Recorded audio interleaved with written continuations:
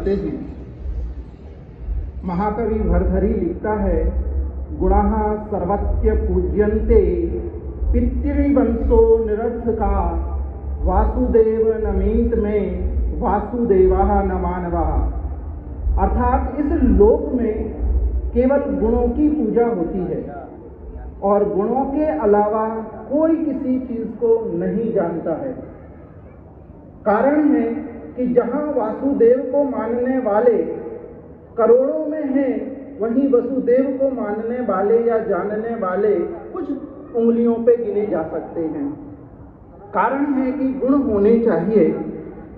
दीक्षा शिक्षा देकर गुरु सम शिष्यों के उद्धारक हो, धर्म नीति के पालक प्रहरी पापों के संहारक हो, ज्ञान ध्यान में तत्पर पल पल दिशा बोध बतलाते हो, विश्व गुरु हो संत शिरोमणि विश्व पूज्य कहलाते हो, विश्व पूज्य कहलाते हो।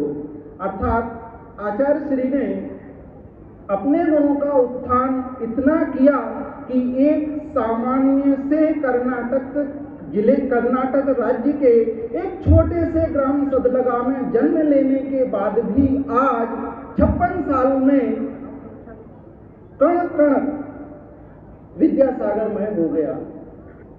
प्रत्येक हृदय विद्या का आह्वान करने वाला हो गया।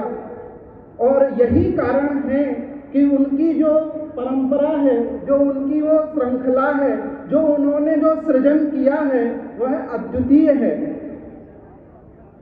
हमारे यहाँ कहा जाता है कि आचार्य श्री को जब आचार्य पद मिला,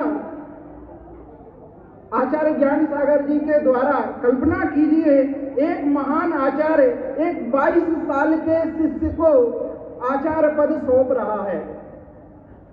आचार्य पद, ये फोटो आप देखिए, एक 22 साल का व्यक्ति, 22 साल के मुनिराज थे और उनको जब आचार्य पद सौंपा गया, आचार्य पद की घोषणा हुई, आचार्य पद की समस्त क्रियाएं संपन्न हुई और जिन गुरु को आज तक वो नमस्कार करते थे, आज वही गुरु साक्षात चरणों में आकर बैठ जाता है और कहता है कि हे गुरुदेव, हे आचार्य, आप हमारे निर्यापक बनिए, अब हमें आप संलेखना दीजिए। ये अप्रतिम उदाहरण जैन संस्कृति में दिखाई देता है। कहाँ गुरु जो आज तक जिनके चरण प्रक्षाल किया करते थे और कहाँ वही गुरु अपने आप का सर्वांग निछावर करके अपने आचार्य के चरणों में जाकर बैठकर विनयाञ्जलि निवेदित करता है।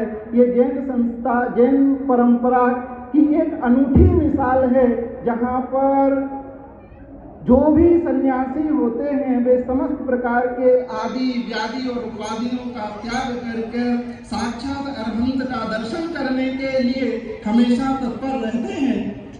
इसके साथ ही आचार्य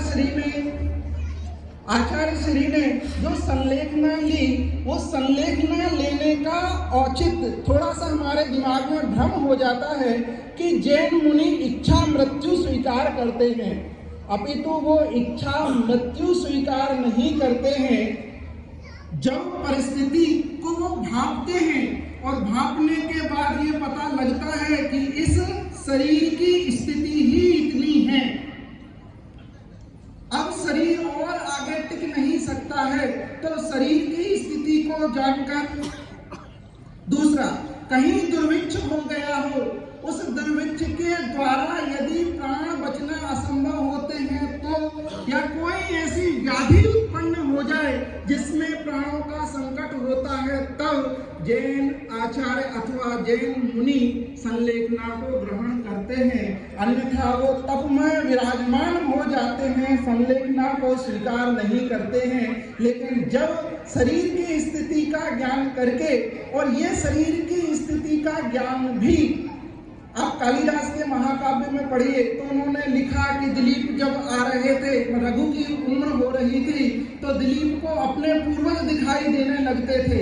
अर्थात ये अन्य आचार्यों ने भी प्रमाणित किया है कि अंतिम समय में मृत्यु का ज्ञान होने लगता है। वही ज्ञान के आधार पर आचार्य मुनिराज संलेखना ग्रहण करते हैं और वो उस पद को प्राप्त करते हैं, समस्त प्रकार का आरंभ परिग्रह त्याग कर, पंच पाप और चार कसायों से रहित होकर और उस जिनेश्वर में लीन हो जाते हैं।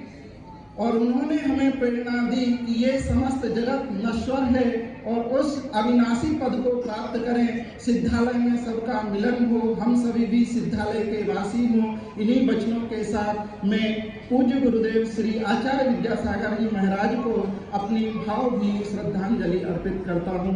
नमोस्तु गुरुदेव, नमोस्तु गुरुदेव, नमोस्तु गुरुदेव। विनयांजलि के